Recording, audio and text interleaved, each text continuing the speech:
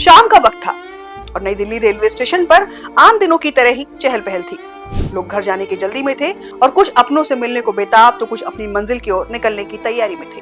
लेकिन किसे पता था कि कुछ ही पलों में यह हलचल चीखों में बदल जाएगी। 16 फरवरी की सुबह दिल्ली पुलिस ने उस काले हादसे में जान गंवाने वाले 18 लोगों की सूची जारी की। पुलिस ने जांच शुरू कर दी है। घटनास्थल के सीसीटीवी फुटेज खंगाले जा रहे हैं ताकि यह पता चल सके कि आखिर वो कौन सा पल था जब भीड़ बेकाबू हुई और जिंदगी मात खा गई। पर जरा सोचिए उन चंद मिनटों में क्या बीता होगा उन लोगों पर जो अपनों का हाथ थामे खड़े थे, पल भर में बिछड़ गए।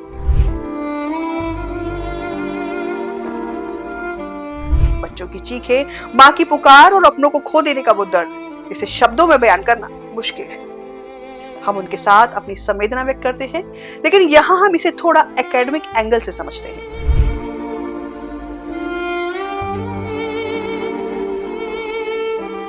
कि आखिर भगदड़ का मतलब क्या होता है? दोस्तों, वेंग वुओ वेंग एक प्रसिद्ध शोधकर्ता है जिन्होंने भीड़ और भगदड़ के खतरों पर गहराई से अध्ययन किया है। इनके मुताबिक भगदड़ एक ऐसी स्थिति है जब भीड़ अचानक एक साथ आवेगपूर्ण तरीके से भागने लगती है और इसका अंजाम अक्सर चोट और मौत के रूप में सामने आता है। एक दूसरे साहब हैं इलियास, एक सामाजिक व्यवहार विशेषज्ञ है जिन्होंने भीड़ के मनोविज्ञान और भगदड़ के कारणों पर शोध किया है। इनके मुताबिक भगदड़ तब होती है जब भीड़ को अचानक किसी खतरे या जगह की कमी का एहसास होता है। फिर लोग खुद को बचाने के लिए बिना सोचे समझे दौड़ने लगते हैं और इस दौरान धक्का मुक्की और गिरने से जानलेवा हालात बन जाते हैं। एक तीसरे विद्वान है के.एम. नागाई। ये एक वैज्ञानिक और शोधकर्ता हैं जिन्होंने भगदड़ के प्रकार और उनके पीछे के वैज्ञानिक वजहों पर अध्ययन किया है। इन्होंने भगदड़ को दो भागों में बांटा है।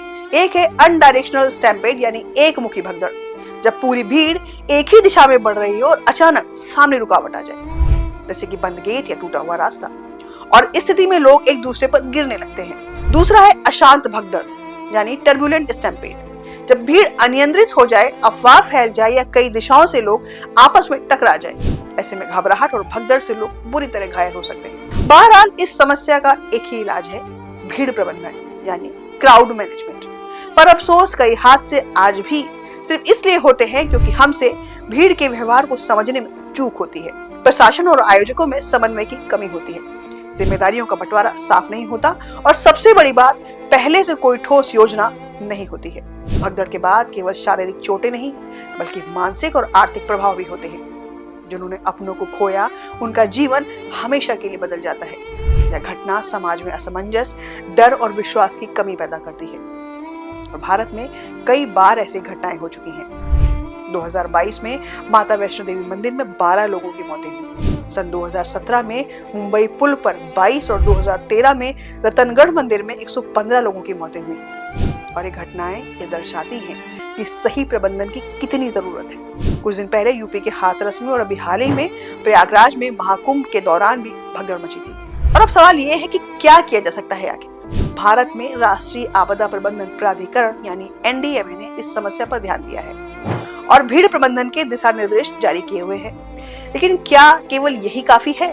हमारे पास स्मार्ट टेक्नोलॉजी हो सकती है जो हमें भीड़ की स्थिति के बारे में वास्तविक समय में जानकारी दे सकती है, जैसे कि RFID टैग्स, ड्रोन और स्मार्ट लाइटिंग सिस्टम जो हालात को सुधारने में मदद कर सकते हैं। और हम अक्सर कहते हैं कि भीड़ में इंसान खो जाता है, पर यह सिर्फ कहावत नहीं, हकीकत है। भीड़ के उस सैलाब में कोई बच्चा माँ से बिछड़ जाता है तो कोई पिता अपने परिवार को खो देता है।